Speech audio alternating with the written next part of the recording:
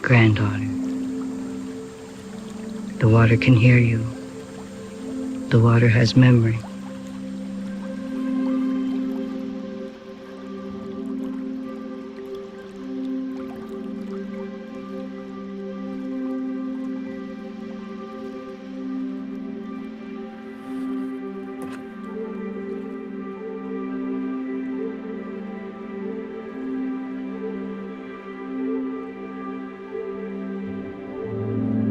Nibi, Nibi, Wabo, Wabo, Endayan, Endayan. Nibi, Wabo, Endayan, Aki Misri, Nibi, Wabo, Heya, Heya, Heya, Hey, Heya, Heya, Heya, Ho. Water is the life's blood of our mother, the earth. Water is the lifeblood of our own body. Nibi, Wabo, Endayan, Aki Misri, Nibi, Wabo, Heya, Heya, Heya, Hey, Heya, Heya, Heya, Ho. To continue to pass on the knowledge that needs to be given unto the other generations. You are the keeper of the water. Nibi, Wabo, Endayan, Aki Misri, Nibi, Wabo, Heya, Heya, Heya, Hey, Heya, Heya, Heya, Ho. To make the change in this life condition that we're in, that great-grandchildren will stand up to this truth of what life is about and to live it in such an honorable way, the way ancestors came to this earth.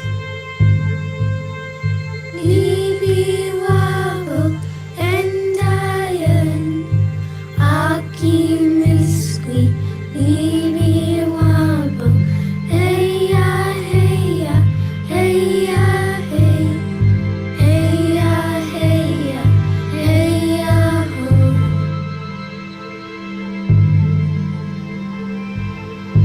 Each day when the sun rises, no matter how bad the day before might have been, there's a new chance for your hopes and dreams.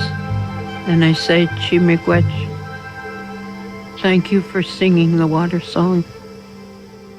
Nibi, Wabo, Endayan, Aki Misri, Nibi, Wabo, Heya, Heya, Heya, Hey, Heya, Heya, Heya, Ho.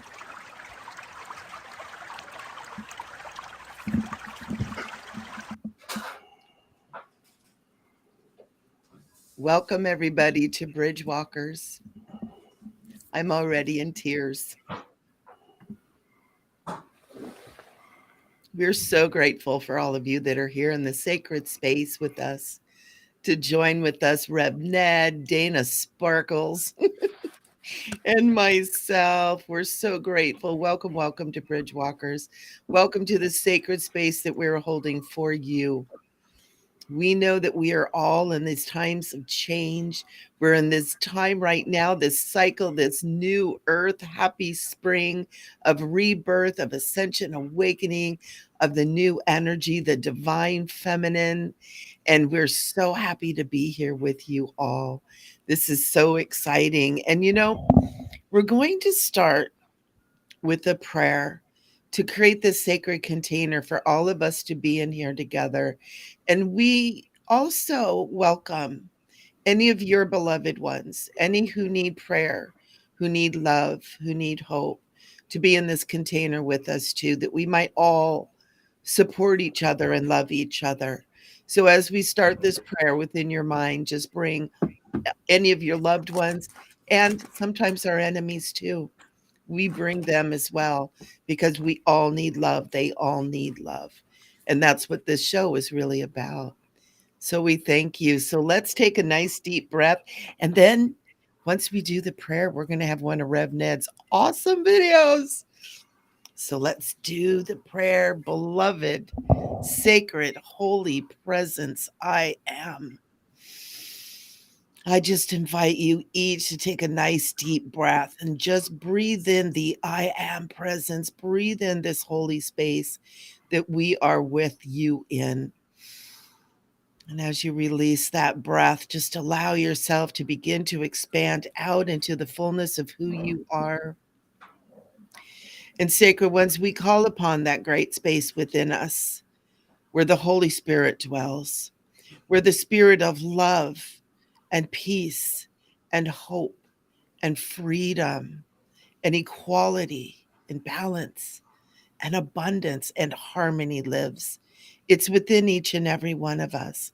And we call upon that now. We call upon Creator, Divine Presence, Holy Spirit.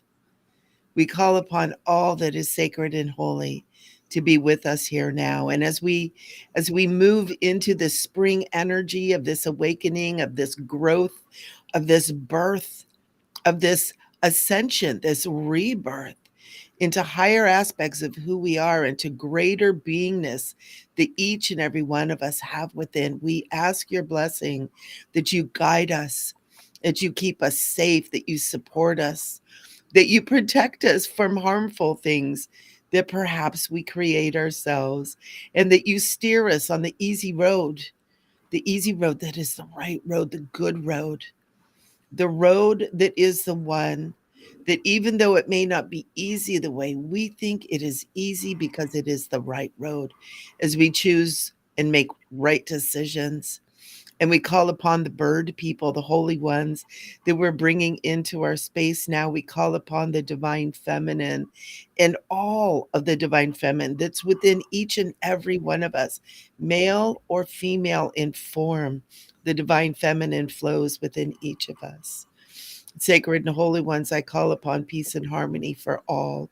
We ask blessings on this beautiful planet that we live on.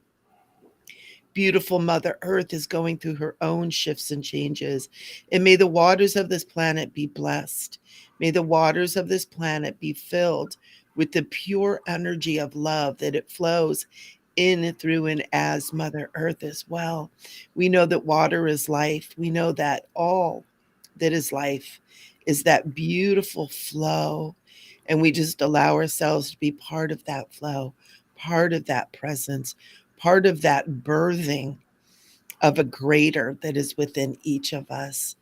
And we know that as we allow our awareness to be there, as we accept the goodness that is in all things, we simply become. And in becoming, we just say, thank you, thank you, thank you, thank you. And I hope so it is.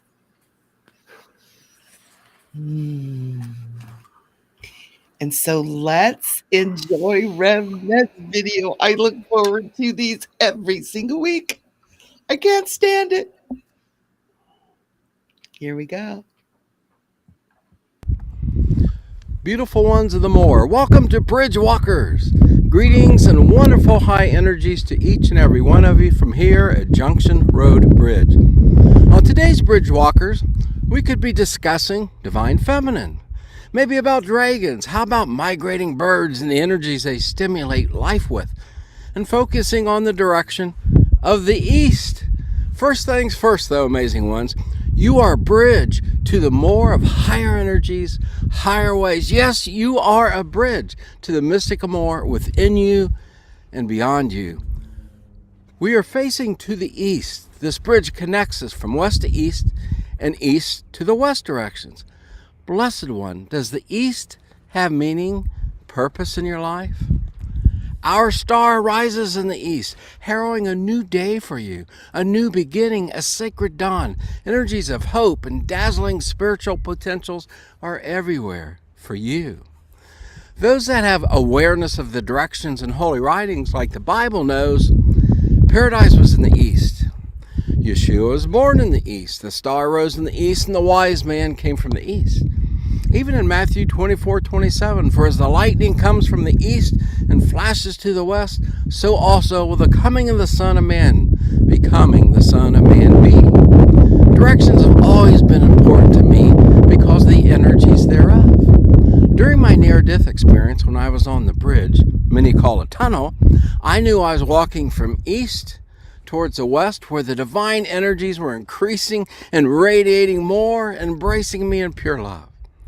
The Celts categorize the East as a source of beginnings, opening communications with creation, inspiring growth.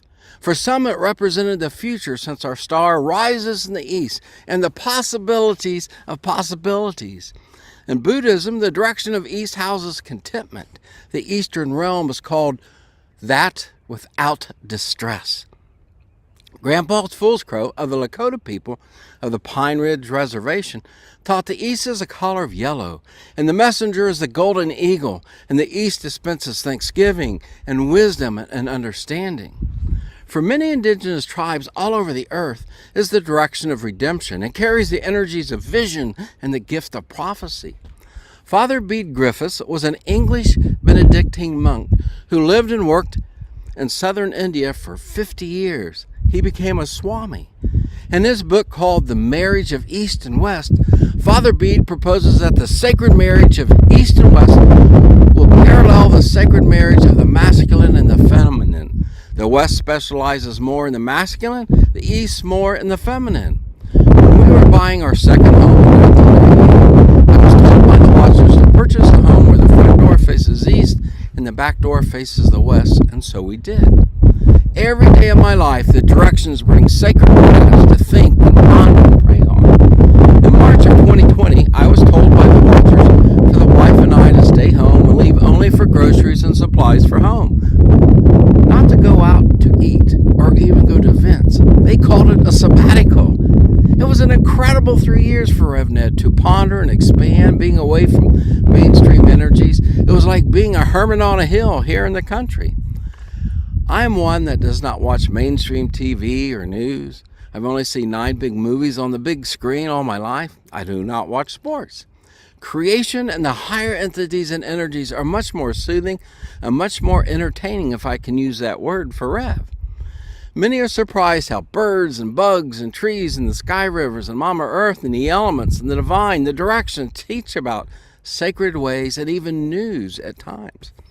I say all of this on the anniversary of the 3 years being a hermit and not being active out in the world. 4 precious friends took me to the north direction, where we ate at the Do Good restaurant in Osgood, and then to Maria Stein Shrine, which means Mary the Rock, and then to an evening restaurant by the lake. My first time to do this in 3 years. I've been on several trips through the years with these men, and they take extreme care of me in the scooter we call Cabijo and my rollator. The love and joy of friendship was pouring forth. Like other trips we have engaged on, I did a sharing on St. Miriam, the little Arab. She is one of my sheroes of her incredible mystical life, filled with challenge after challenge and turning them into pure love. Well, one of the staff at the shrine I knew, Diana, placed us in this conference room. So we are sitting at this huge conference table. I'm the only one facing east with my back to the west. The others were facing north, and the other 2 were facing south. I'm aware most of the time which direction I'm setting towards and was well aware I was facing east. Up to this point, my heart thoughts and feelings and mind thoughts are overrunning with gratitude how these men take such great care of me in the most excellent ways. It touches, Rev, in my essence, and this is why I can give back to them by doing a little sharing. And I've done this for many, many years. As I was sharing, facing the east, people I was sharing about this St. Miriam who was struck by a sword in her neck, and she was left for dead in an alley. This lady in blue came and prepared a cosmic dish that many have drank to become alive and well. It's like a soup. Mama Mary came into the room above us, along with St. Miriam, the little Arab, and a lady named Mother Angelica. They showed me their appreciation for the 3-year sabbatical and pleased on what I was sharing on with these men of the moor. They were confirming how I have gone through the storms of life in good ways, just like each one of them went through their storms. Facing east, it was fresh energies blowing in on me in beautiful and sacred ways from some very sacred women. When I taught in classroom and small auditorium settings for years, spiritual ones would come and converse with me as I was teaching, and this is what happened on this March 1st date. I was getting teary-eyed at this huge conference table facing east. I'm still touched by these 3 feminine energies loving on me and confirming many things for me. Alned Lava wrote, "Mary is the Eastern Gate." I was in reverent awe. My essence was refreshed by being with my 4 friends and these 3 women. They were bridges of flowing confirmation and sacredness for Rev. Holy shucks, beautiful ones. You're an amazing being of the cosmos. We are so glad you are here. Rev Ned said sacred joy to each one of you on your journey of your amazing, incredible bridge. Yes, you are a bridge builder extraordinaire. Enjoy this program. Michele has wonderful things to share, and Dana Sparkle Rules has a song and much to share. Remember, you are a cosmic gift of the mystical more. Stay tuned.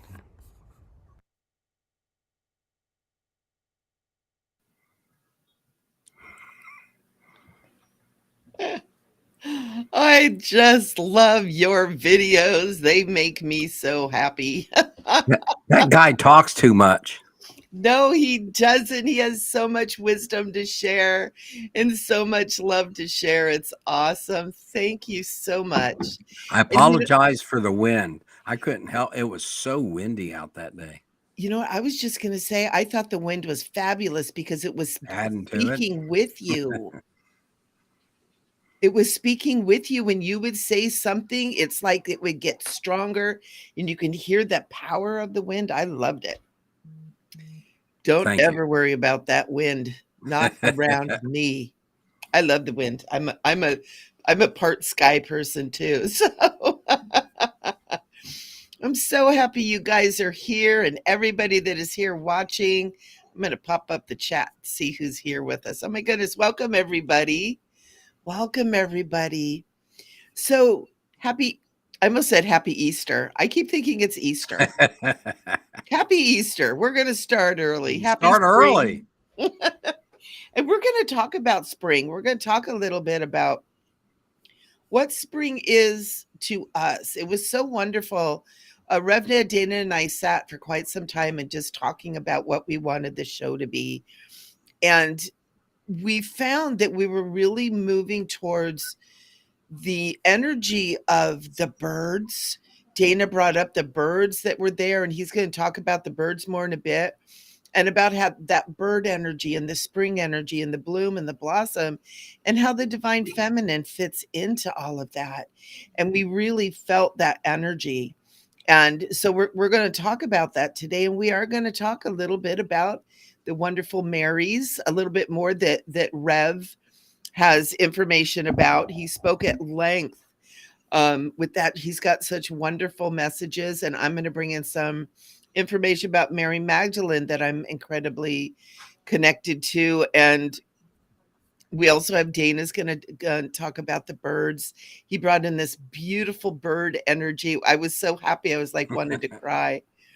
And so we've got water, we've got the east, and we've got the wind, and we've got the birds, and we've got the divine feminine for you guys. So everybody settle on in, because this one's going to be a good one. So everybody take a nice deep breath, and Rev, go ahead and carry on with what you were going to share with us about all the Marys. I've had so many experiences with Mother Mary and mystical ones. And one of the ones I want to share, because I could go on for a long time talking about her visitations, but there's one in particular that I want to share. And this particular day, Diane and I, this was several years ago, and I'm going to go down rabbit hole first. My old boss, gave me this picture of a statue of Mary, and there was a lady praying right at the statue, and somebody had a camera and got it when the statue became alive. And so we have those pictures with the statue and then the live Mary coming alive. And I had that for quite a while. So the wife and I can remember, it's kind of funny. It was several years ago, I had the rollator, and these ladies that were probably 80 plus were beating me into the building.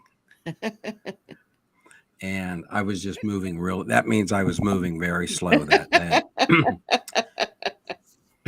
And afterwards, the wife helped me go over to a statue of St. Francis, who I used to play in one-act plays a long time ago, and gave thanks and honor, because I loved his energies and all the mystical things that he could do. Then I walked up front, and there's a statue. You know what? I had the cane. I don't think I had the rollator. I had the cane, or Diane may have carried the cane for me, because I remember stopping at the statue of Mary, and she was a little high, and I remember putting the cane over my arm.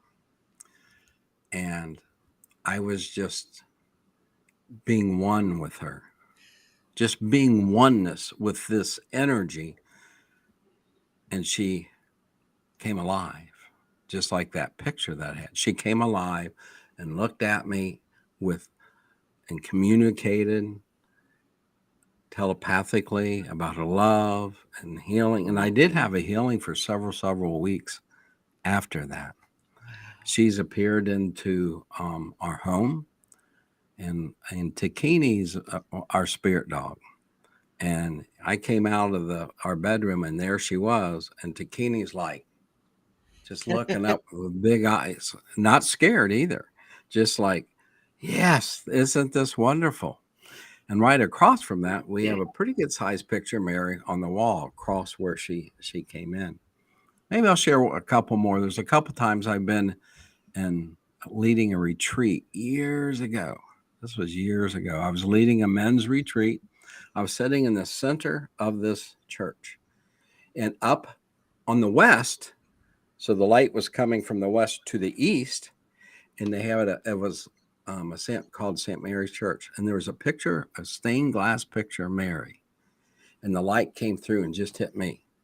It didn't hit the person here, didn't hit the person here. It was like a beam coming, and the guys got up and looked around at it. I mean, I'm getting goosebumps talking about it now. So what happened to me on March 1st with these men who always take great care of me, haul my scooter everywhere and the rollator everywhere. It was just, we've been together for so many years, and to have that energy in that room, I'm still touched by them visiting. But it's okay. You're right where you're at. We appreciate what you're doing. And from those three ladies, it was amazing. It was amazing. It really was. Wow. We have so many miracles and so much spirit here with us all the time. And a lot of times it's really just being in the moment and where we're at right now. The divine feminine leads in such miraculous ways. And I'm finding that it's more and more and more present as we're moving into whatever we're going through, this shift, this awakening, this ascension. It's all the above. And I love that You know, we have that beautiful divine energy. to love yourself unconditionally, to Mm, love yourself with pure love, allows the vessel of us to be clear and cleansed and let the divine energies, the mystical energies of the more flow. yeah, When we start to learn to love ourselves and not listen to what the culture says about who we are, yeah, it's amazing. It really is. yeah. And it's such a blessing too when you begin to realize that when you love yourself, you're loving God. And it takes a while to deprogram from the way we've been told and what we've been told. And it's been thousands of years of programming. It's not just this lifetime. We have Right. to realize that we carry the genetic programming with us from lifetime to lifetime down through from our incarnations, but also through our genetic lines. And all of that is being shifted now. And that divine is within each and every one of us. And we begin to wake up to it and remember things change beautifully. But when we love ourselves, we're loving God. You bring up a good point. Everyone out there that's listening now, the three of us listening later, no one engages with the world the same way that we do because we're Yeah. so unique. We're connected with all that is, but we're so unique. Yeah. And I think that's a very powerful point to think Yeah. that we don't engage in the world the same way because of Yeah. who we are. Yeah. And that's beautiful. I kind of think that's what God intended. That's why he, she, they, them made so many of us. You get all these different perspectives, and just to make the whole that much holier. Yes. Yes.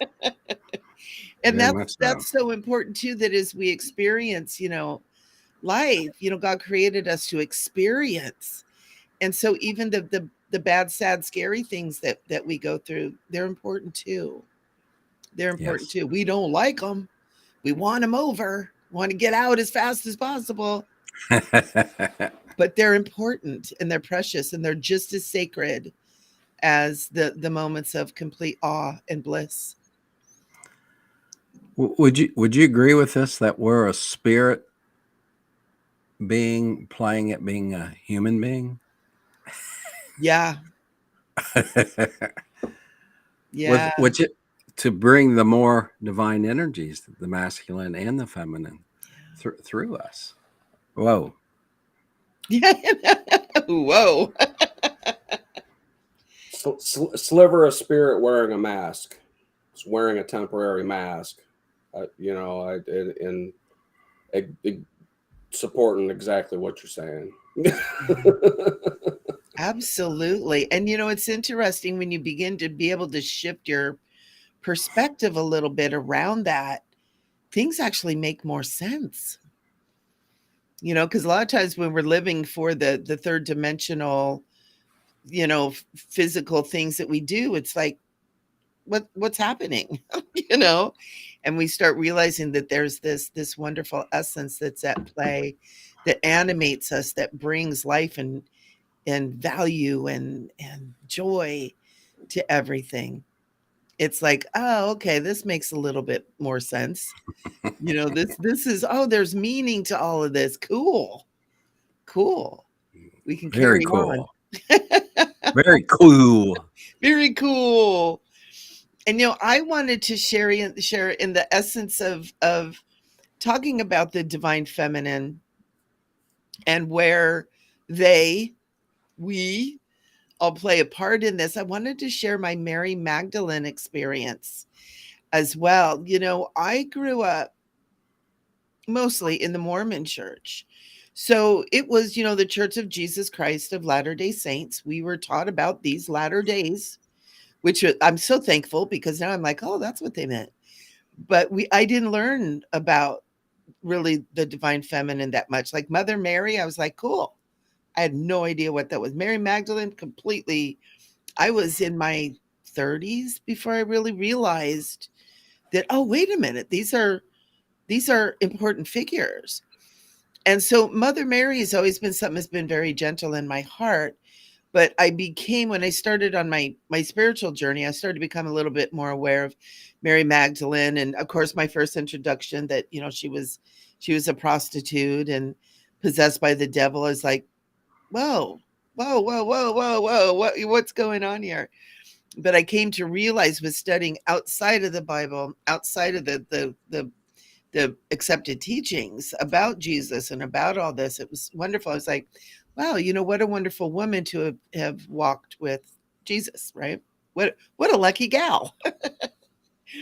And I was working with a woman. I was doing a energy healing, a Reiki healing, and she was in, I do hypnotherapy when I do the healing, and she was in a beautiful state. And all of a sudden she just sat up and she took my hair and she said, oh my gosh, you look just like her. And I was like, who? And she said, Mary, the Magdalene. She goes, you're here. And then she laid back down and went back into her. And I just had the God bumps, right? I was like, what was that? Oh, I'm just getting them now. And I thought, wow. But it was like something happened in that moment, but I didn't know what it was. And so maybe a week later, I was talking to a friend of mine. I'm like, oh my gosh, I have to tell her about this. This was so crazy.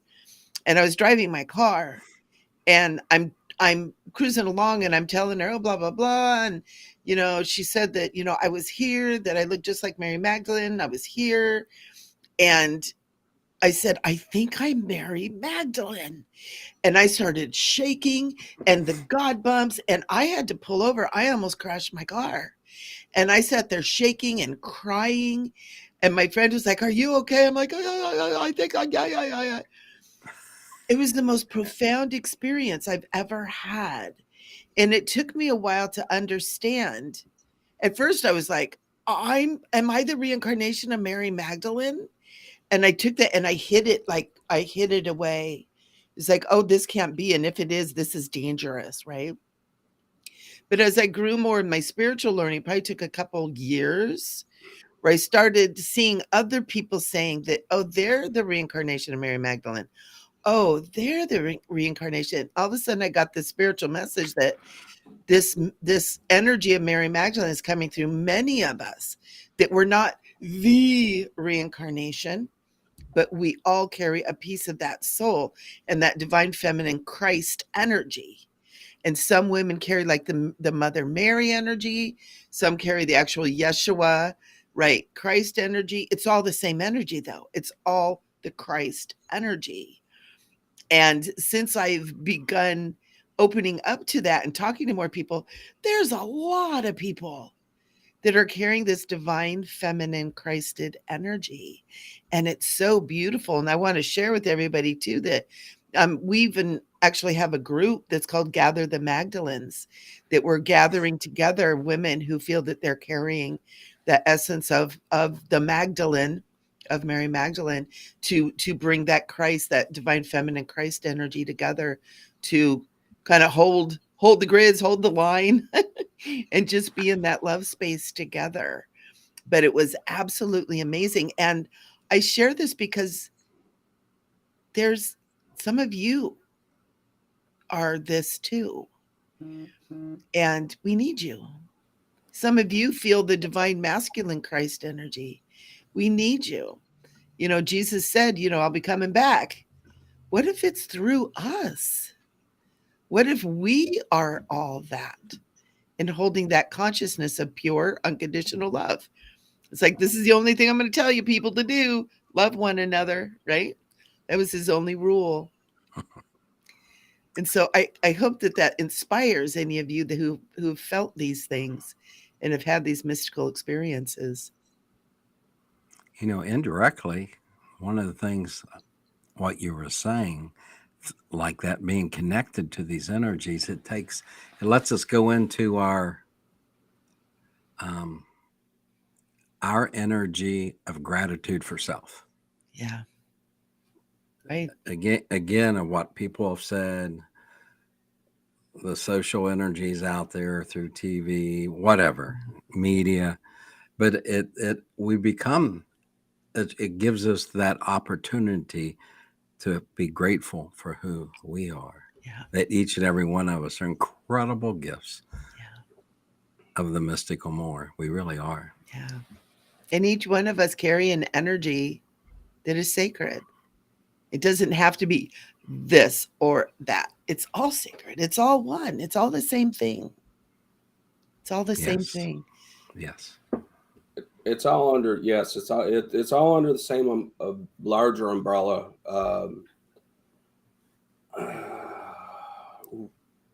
These are all totem experiences. Yes.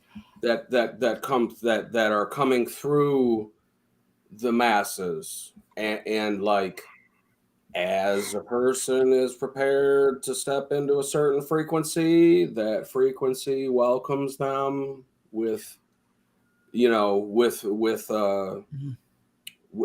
a golden key that just winks, something winks at them. They get that, inside outside resonation that says, hey, I feel this, and like, so taking that totem just a touch farther, us men are, nothing forces us into a Mary Magdalene condition, men into like women do. There's so the divine feminine is like a compassion elicitor. Mm. And like it is that perpetual spectrum ladder of for consciousness expanding, and like, we're in this, you guys got us in this vacuum that says, you know what, get over that ego, and like it, so like this thing where, Mary Magdalene was, something less than sacred. Well, hold on, cause like, that can be interpreted in a whole lot of ways. Mm-hmm. It could also, like, if we could get over, maybe that sexual component is just a totem ship to say somebody was very open to receive. Let's leave the sex, and let's get more sacred with this feminine. Let's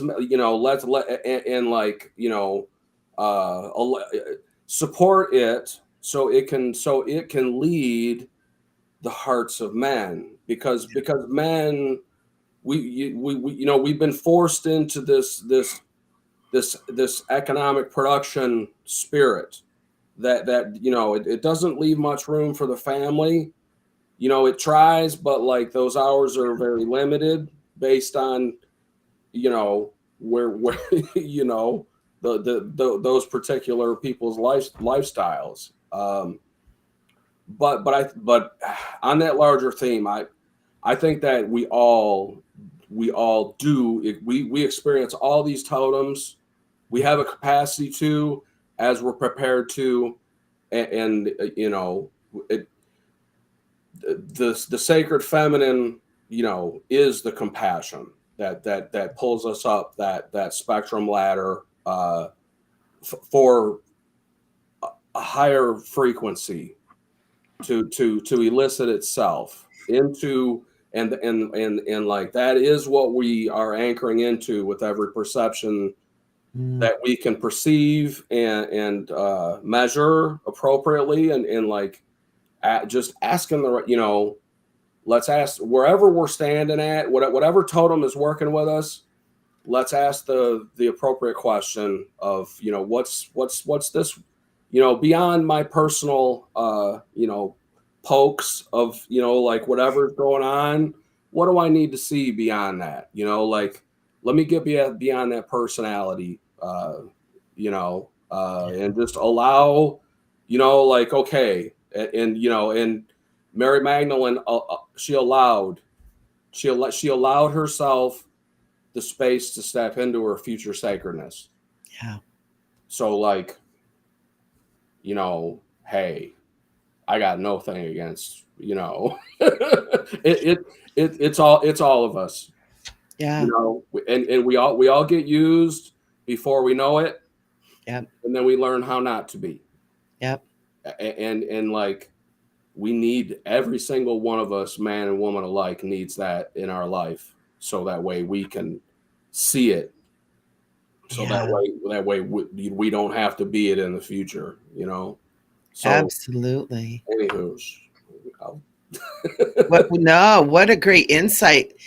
Something you said that really opened my mind to it too is we all get used.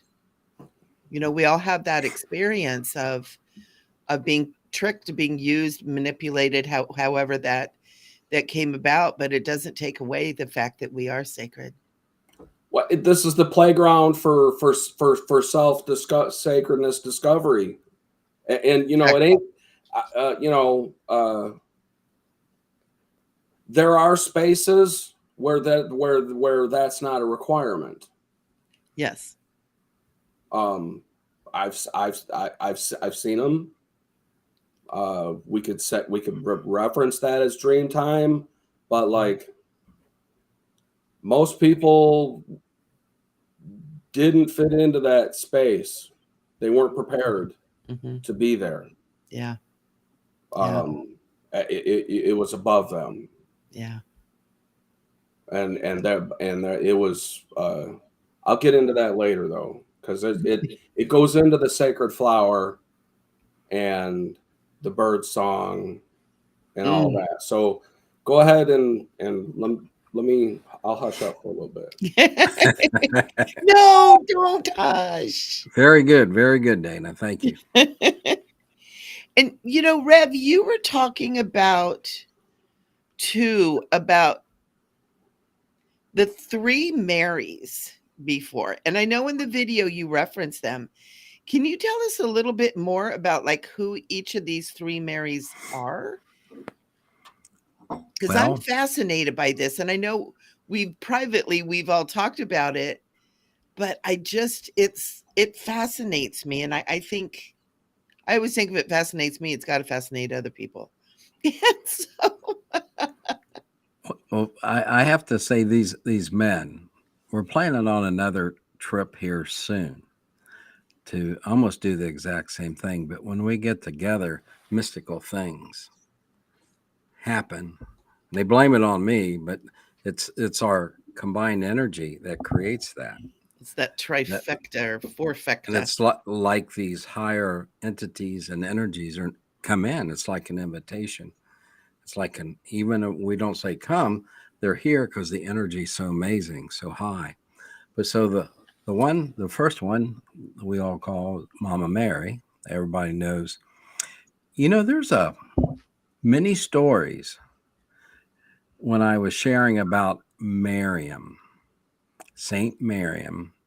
She also called the Little Arab, if somebody wanted to look her up. But her original name's Miriam.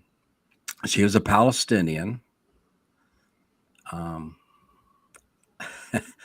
And she went through like I said, so much of the mystical things before we went live. So many of the mystical beings, I'll specifically say of the saints, went through holy heck with their peers. We talked about Padre Pio and what he went through, like almost a couple years of house arrest because of things that weren't said. Well, so there's Mother Mary, and the second one was this Miriam. In English, she's called Saint Mary Jesus Crucified. And she's the one that a person from another religion tried to convert her and took a sword out, thought he had killed her. They were in an alley, and this lady in blue, came and picked her up and took her to a Franciscan grotto and gave her this mystical soup. Many people, like James Gillian of Isidi Ranch, Mary came to him when he had a near-death experience. I think he was a kid, 5, 6 years old, and gave him this mystical soup. And when you read lots of stuff, a lot of people have had this soup from Mother Mary. Lots of people that aren't Catholic, that where she makes her rounds. And Saint Miriam, of course, recovered. She had the scar. It changed her voice. The doctors afterwards said she shouldn't be alive. Something very special happened. But she got kicked out of one order because she was too mystical. Okay. And Mary had appeared to her and told her, you'd be with the St. Joseph Apparition Order, which she did. She said, you'll leave that and become a Carmelite, which she did. She went to India, Megalore. I can't think the name of the city in India. But she went there with some other nuns, and they boosted her out because every Wednesday, Friday, she would get the stigmatas. Oh, wow. And she would get in so ecstasy, she would glow. Okay. And then when she'd be outside and pray, she'd go up to the treetops, which quite a few mystical people could do that. But when your peers, the darkness is in her. Yeah. So she had to leave India and go to France. And then they sent her to her home country, to Palestine, to start a whole nother convent there. And she died when there's some say 33, but most books say 30, 32. But she was so mystical that two of her groups of peers said, no, that's way too much for us. You don't fit in our cube of what you need to be. And the third lady lived in our time, and her name is Mother Angelica. And she's the one that started the Catholic network EWTN. But what's really cool about her is so many of the U.S. bishops, when she was going through this process, wanted to see her fall, and even said some very derogatory things about her. They got together and spent millions and millions of dollars to try to outdo her network by having their own network, and it failed. And just what she went through to do what she did, the courage, the energies that she had, and that was another reason why she was up there. So her name is Mother Angelica, but very close to Mary. Yeah. And so those would have been the three that appeared. And yeah. I want to start crying if I go on. I know. Thank you so much for sharing that. And I'm going to put it in the description here when we get done in the YouTube. I think these names, and I think this energy needs to be, I'm kind of feeling like out into YouTube land from this space. This energy is so precious. And Padre Pio too. I remember hearing about him 15 years ago, and the stigmata, and how he was such a mystical being, but that the powers that be were afraid of that. And he's always been someone close to my heart, so it's so neat that you brought him up. I love that. And when we talk about that, another expression of the divine feminine beyond the human, it moves into what Dana was talking about. And I asked him if he would share with us. This is the energy of the bird and the different birds that we have. And he was sharing about these amazing birds that have been on his property and all this stuff. And so Dana, oh my gosh, I'm so excited to hear what you're going to say about this, because when you started talking, I got all choked up because it was so close to my heart. And so thank you. Thank you so much for sharing about the birds. I love it. You're looking cute tonight, Dana. Just want to tell you that. You are. You're darling. Mike. Whoop. There we are. Can you hear me now? Thank you. Thank you. You're welcome. Yeah, those birds, they weird things been going on with me and those my whole life. Um, my mom used to help out at this rehabilitation place, and there was a senior center there, and this one old man, he was a whittler, and he whittled me a pair of cowboy boots on a leather string, and I'm like, that's really cool right there. And then next thing you know, they got taken out of my hand, and he puts this little red cardinal in my hand, this little carved red cardinal. And it's like, wait a minute, like I like the cowboy boots better, He was like, no, this is for you, like I don't know,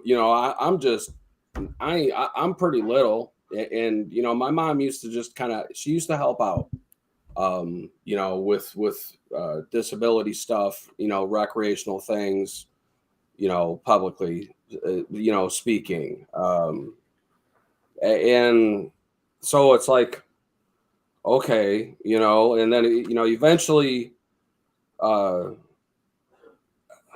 enough things happen where I recognize, I begin to start, I had enough questions where in the right way, where I could start understanding these birds a little bit better, and first and foremost is like that, that cardinal, it's a spiritual carrier, on its for not saying that they not, they all ain't,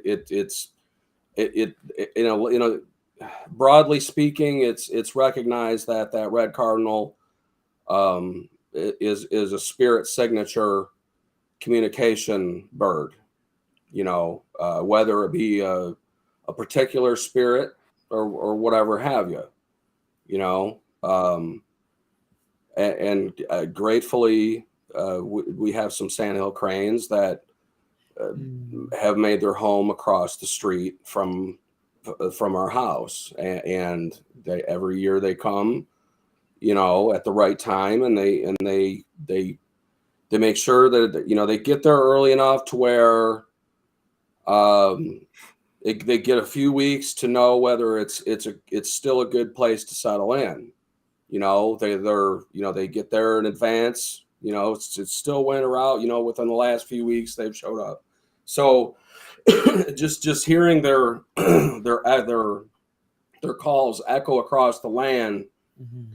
Oh my! It tells the land everywhere they've been.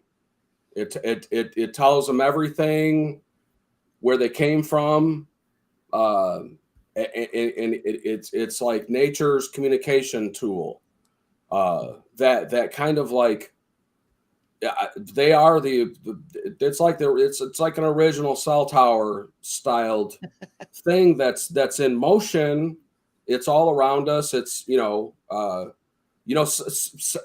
sound being the foundational frequency for this physical expression.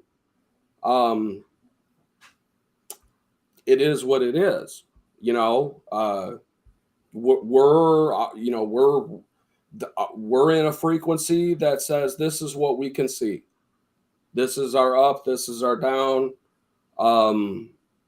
And like, we kind of like, we find ourselves down so that way we can not be down anymore. Like that's, and to be the measurement, for the universe, we are birds, I highly recommend, there's an audiobook on YouTube, The Return of the Bird Tribes.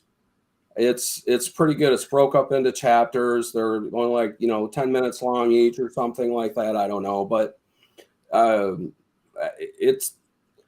we are bringing back this frequency of sacredness with everything we do right. you know, and like, but you know, a lot of the times, like, no thing has taught us what right is, and that on this deeper level that is just straight up unbiased. It's just pure, you know. That Rev's grown up in that environment gratefully. But there were always filters for these things, you know, based on our own histories. So, but these birds, they activate things. They you know, just this morning, I'm sitting there watching the sun and you know, waiting for it to come up, and you know, I hear the birds. The birds are out there, you know, an hour chirping in advance, saying, "Hey, you know, guess what's coming?" You know, it's nature's alarm clock. It's all a part of its own circadian rhythm. They're not, you know, like these things. These things are attached consciously to the cosmos. We can't disconnect that.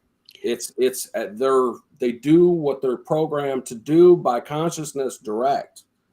You know, and like everything has something to teach in that way. It all has medicine that it carries.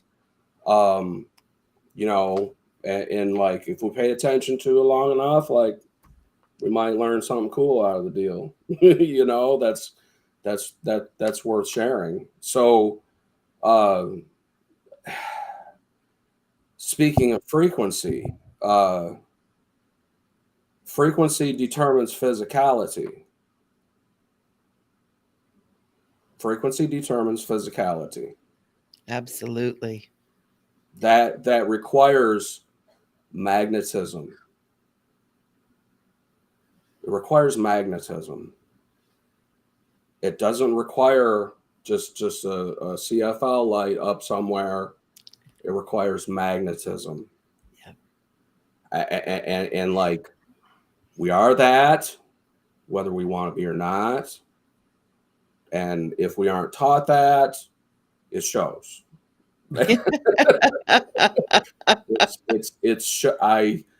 I you know, I'm kind of a walking demonstration, you could say, in that way, and I enjoy it, just poking fun at like stuff, you know. It's a fun role, you know. There's nothing to take serious, you know. Like we're on this ride because we're supposed to be. We might as well enjoy it, you know. And like the crappy stuff happens, so that way we can anchor ourselves in knowing what good stuff is. And the more we do that, like we are bringing up the frequency of consciousness. We are raising all of that. We are marrying all of it. We're healing. We're healing ourselves. We're healing our family lines. All of our ancestors. They're trying to give us hugs. You know, the more that we can work out their BS that they didn't get a chance to. You know, we're byproducts of all that. You know, we can give ourselves labels, and they can feel really good. And like everything that we think that don't include, like it probably does. That's the truth, isn't it? You know what was something, Dana, that you said about the birds that I wanted to, I took notice, I was writing it down when we were talking before about how the birds, the sounds they make and the frequency that they make, that they stimulate the flowers to bloom. Correct. Yeah. And they sing before sunrise to awaken life. And yes, and essentially, like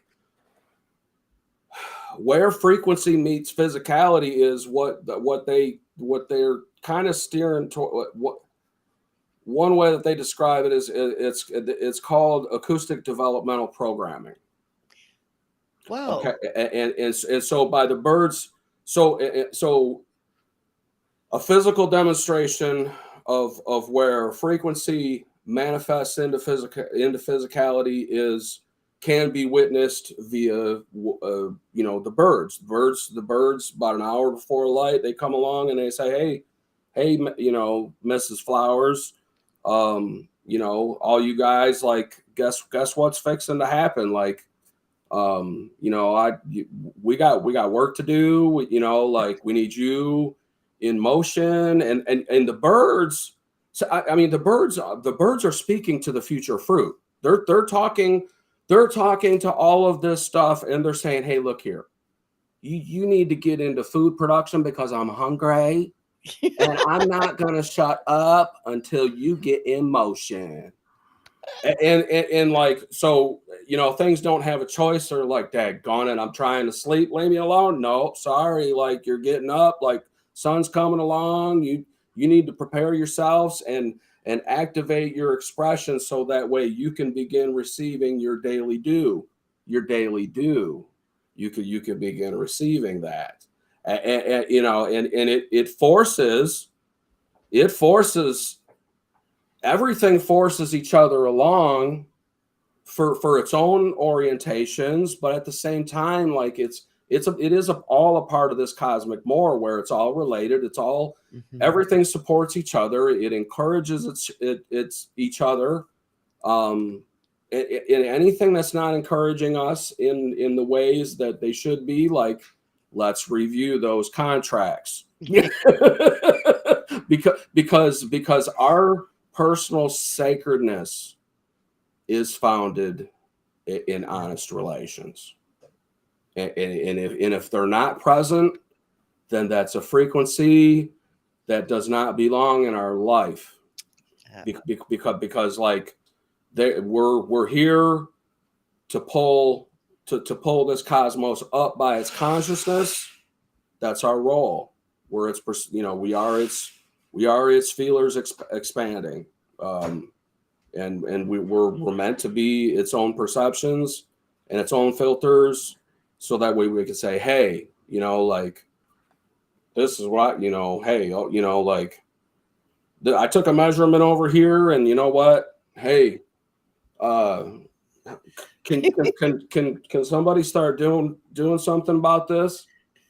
That's what that's our role. That's what we do. We point a wand for the universe, and then we ask a question. Hey, like, are you seeing what I'm seeing? Can you work on that for me? I don't know what to do about it. That's not my job, but I know it's not. I know it's not where it could be. So that's what we do, is we stimulate future expressions. So physically, according to this acoustic developmental programming concept, I took a few notes on that, actually. There's the zebra finch eggs. When it gets too hot outside, and the parents need to slow the egg down to keep it at a proper incubation temperature, instead of overheating and frying out, they will emit a certain frequency, and that frequency physically tells the embryo of the egg, slow up. Don't you proceed with caution, like, just hold out, like, like, conditions are not right to support whatever growth you got in mind, like, put it on the back burner. And sound is what activates that expression from mother to parent to. So you reflect that into us speaking with our own, and our, like, every frequency that they've ever heard has been through, and it's been stored and processed, within these babies. So, you're, all 9 months, those relations, you know, it's not, I can't wait to get out so I can talk to you. It's, you know, we've been married, you know, for 9 months before you came out, you know, and that's what makes a mother's role so sacred. Mm-hmm. You know, it is the compassion elicitor, you know, for always, for all these frequencies and in these different ways. So another thing is like if like in a different thing, there's different types of nymphs, and if the male nymphs come along and they start singing their own particular song, then the female nymphs will develop themselves. Once they hear that the males are in town, they will kick themselves into gear so that way they can prepare for this breeding session. So they'll actively, when a male song comes along, that woman will actively put herself into full flower, you know, pollination mode, you know, in like for future fruit production, you know, or life production, we you know, so to speak. But it's all the same realm. It's all, you know, and so even, you know, humming, just even humming, it's something that I haven't done enough of, and I need to do more. When I do meditation things, I began incorporating humming in. I haven't been singing as much as I should be, even though you know, I do it quite often. Like I haven't been as strong. But what that does is it's activating our internal, you know, genetic order. Yeah. Our code is being constructed, and it's being stimulated. It's responding to what's occurring. Yeah. And so when I sing songs, I want to stimulate. That's, you know, that's what we want. That's what we want their role to represent, is a sample, an example of stimulating what we want into our life.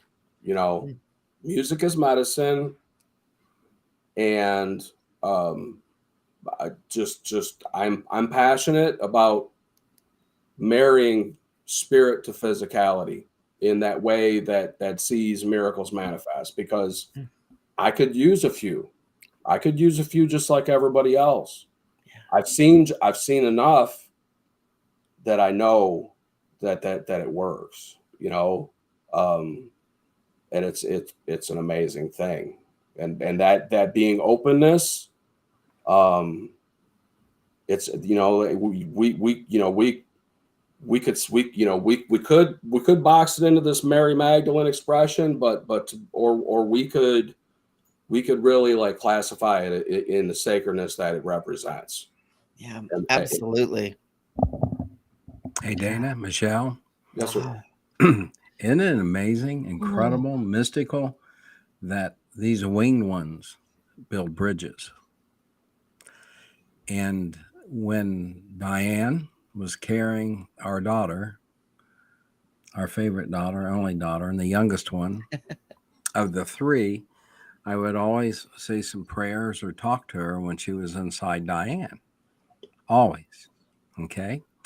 And the day came for when Hannah came into this creation, and I was there in the delivery, but when I went home, probably let the pup out, and came back, and I was going into the room where Hannah and Diane, and she had Hannah like this, brand new baby, okay? And as soon as I knocked on the door and spoke, her little head went, brand new babe. And it was frequency, what he's talking about, the frequency of talking, energizing, and her recognizing that frequency, building bridges 9 months into that. And we're still very, very, very close because of those bridges that we built, because of those tones, those frequencies. The words are so powerful, what we share. Wow. That is so beautiful. And it's true, a couple years ago, I became a vocal sound healer, and we learned all about that. And it went, and the gentleman that was teaching, a wonderful gentleman named Wayne Perry, um, he he's very, very spiritual too, and was talking about this very thing that you're talking about, Dana, that every tone that is expressed is sacred and has a meaning and a place and also a harmonic with other tones, where we all we live in this beautiful sphere, in this harmonic resonance. And you can feel it when something doesn't come across as a nice smooth harmonic. It's like you're cruising along and it's like woo, that doesn't belong here. Or it does. Yeah, yeah, it's an overlap spot from the yonder instead of the upper, whatever, magnetically speaking, Exactly, right. But it's fascinating when you start looking at things from that perspective, how it gives you a broader view of how everything works. And it really changed the way I was thinking when you said that about the birds, how when they sing, they're signaling, they are saying it is time. And I never thought of that before. It's like, whoa, of course. Because the bird song, oh my gosh, this morning, it had been raining very hard. We're getting so much rain. And all of a sudden the sun came out and I was like, oh my gosh, what's going on? And the birds were just, and it was like they were just joyous out there. It made my heart open up. And there is a physical response to the sound, and that sound from the birds that are so beautiful in springtime and coming in. It was amazing. I even had a bee. There was a bee in my little patio thing. And even that energy of the bee, which usually, it's like, it was just like, oh my gosh, there's so much excitement. And it's so beautiful when we can start looking at things in that way. It's a beautiful song. It's the song of life. Think of how all creation, we live out in the country, and all these energies are merging and communicating with, like trees talk, the earth mother talks, and all her children talk. And when we can be in that, because most of us are in the world's energies. And when we even take a little day hike, which I believe it's good for us, or just go sit somewhere where there's some grass if you live in a town. But when you're in the midst of it and you meditate, that's what I did for 3 years. And it's amazing, the information, the bridges they build, the trees and the birds. And it's just like, to me, it doesn't get any better than that. You're talking about being mystical and what these energies can do for us too. Because we're connected. We're all one in this sacred hoop. And it is. And it's always communicating. It's whether or not we're hearing. I had a sweet experience. I'm not a big spider person. I had a experience where I actually had black widows kind of had infested a house I was living in. Completely freaked me out. I didn't like them before. I was like arachnophobic after that. And so, 10 years later, I had a little kitty cat that was sick, and I wasn't sure what to do with him. And I was talking to a friend of mine. I was actually doing a session with her. And I was saying, I'm not sure what to do with Groucho. I'm a little bit concerned. He's having trouble breathing. And all of a sudden, I see something coming down right in front of me. And this spider dropped right in front of me. And I literally heard, let him go. And I went, let him go? And I heard, it's time. It's time. And then the spider went and away. And I was so stunned by the direct communication from this beautiful little being that had the bravery to come in front of me, who's like spider killer now. It was such a beautiful experience. It was like, and then I just looked at my friend and I went, it's time. I have to let go. And we both burst into tears. I mean, that's how beautiful nature is. And everything communicates with us. And it's so important that we slow down and listen and move into that feminine place of receptivity, like you were referring to, Dana, where it's like receive. We don't always have to be grasping, reaching to look, to find, to know, to understand. Sometimes it's just compassionate stimulation. Compassionate stimulation. No, and you know, to sexualize that is inappropriate. However, like it's almost like this, you know, it's like the cross point for Right. for entry, because like nothing is more personal. Exactly. Nothing's more personal. Yeah. So beautiful. Oh, this has been so good. And Very good. now Most excellent. the icing on the cake. Dana, will you sing for us? I will.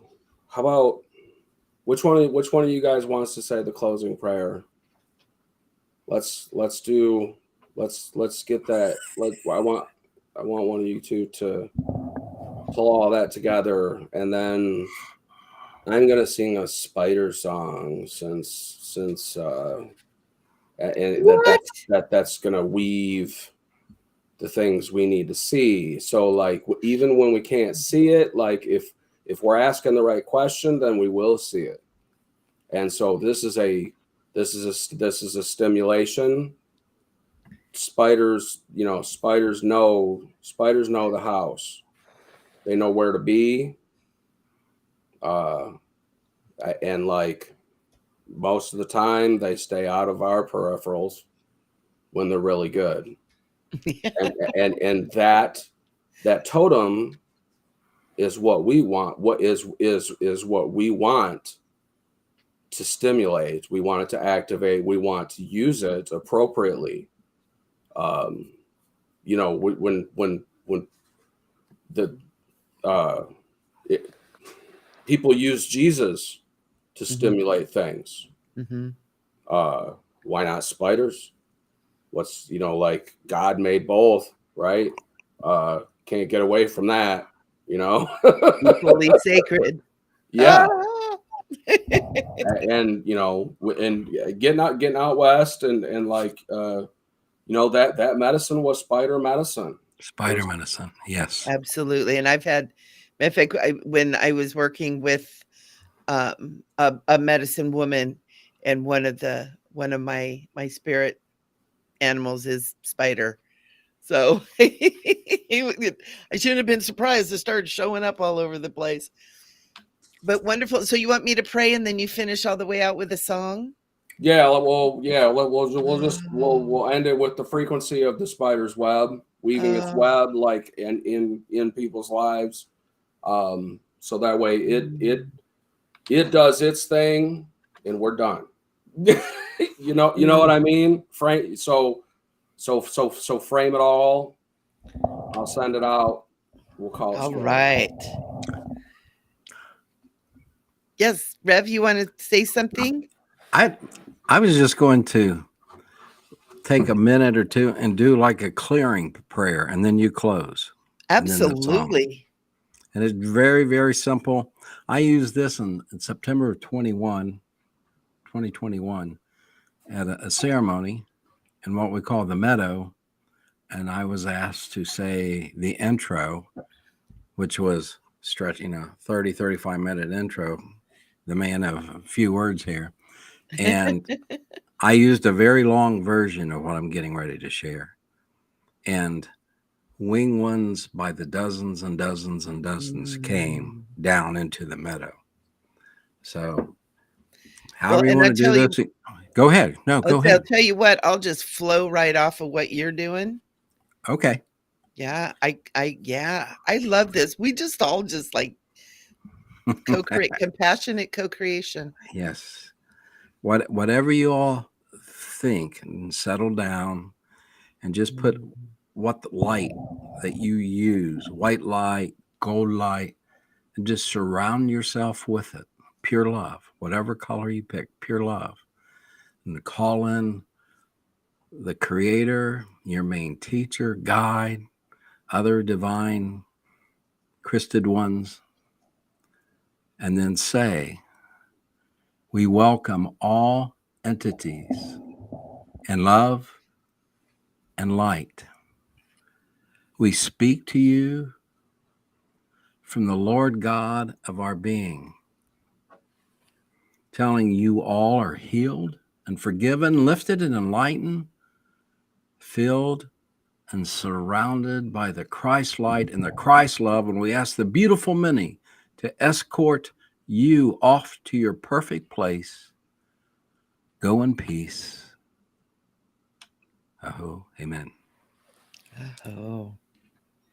And the sacred presence fills and surrounds each and every one of us, knowing that we are all one heart, one soul, one love.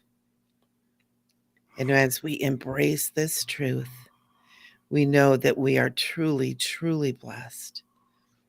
And we just say thank you for all that is, because the presence of miracles are all around us. And we just say thank you, thank you, thank you. Aho, and so it is.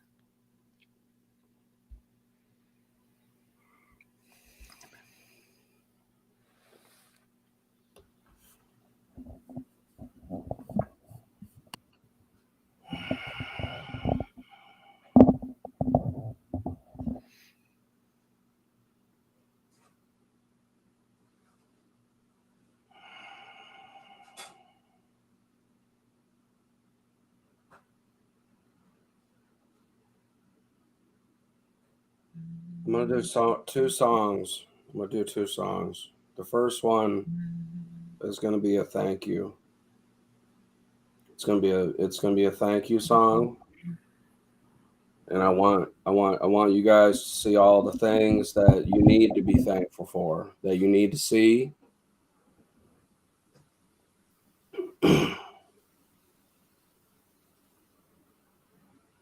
So that way it can be with our consent. We get together to consent to seeing better for each other, with each other, through each other. We're each conduits.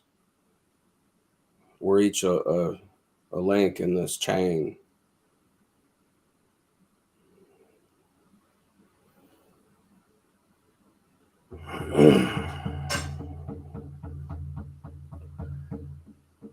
Don't go say la, hey la, my hey la, my hey la, my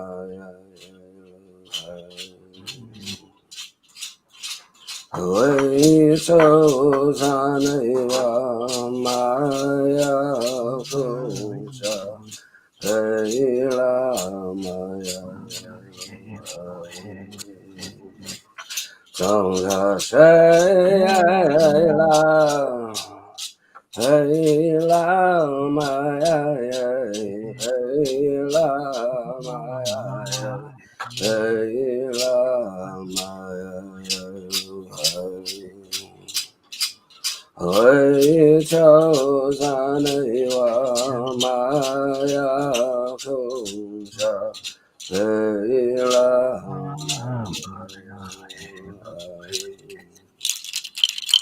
Okay, here's for the spider song.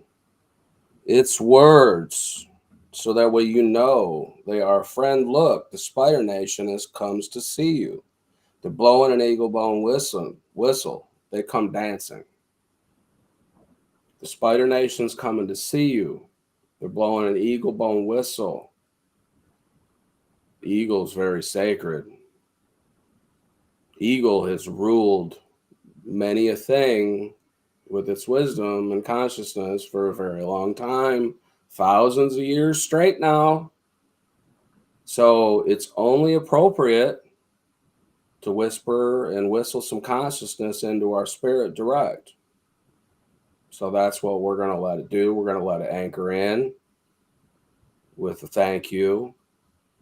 So that way it can show us what we need to see, whatever that is. Each person unique. Each person gets to see their own thing. Consent to seeing what you need to see. So that way you can be it for your future. We're each responsible. We're each accountable. That's our duties. It's our sacred duties.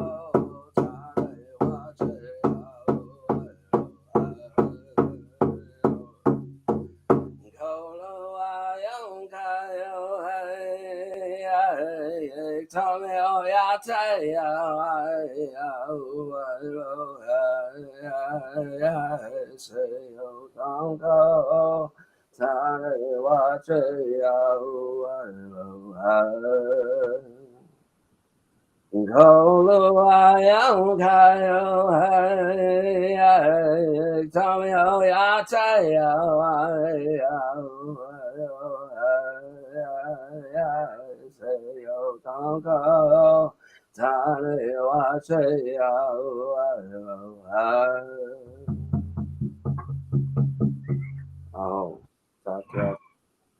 I love you all. Thank you.